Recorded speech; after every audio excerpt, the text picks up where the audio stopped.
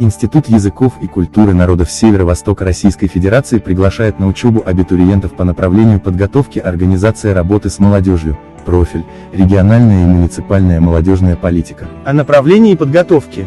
Мы готовим бакалавров по работе с молодежью, молодежных лидеров, способных участвовать в общественно-политических, социально-экономических, культурных отношениях, обеспечивающих модернизацию общества. Компетенции выпускников.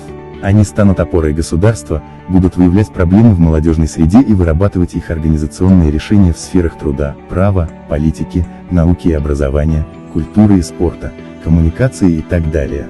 Где смогут работать? Федеральные, региональные, муниципальные органы исполнительной власти по молодежной политике.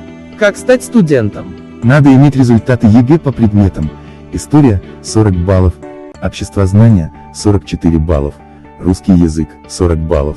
Дополнительные баллы можно получить за наличие индивидуальных достижений, итоговое сочинение по русскому и якутскому языкам, аттестат, диплом с отличием, успешное окончание воскресной школы молодого лидера, спортивные достижения, знак отличия ГТО, участие в различных интеллектуальных конкурсах, олимпиадах, научно-практических конференциях и другие.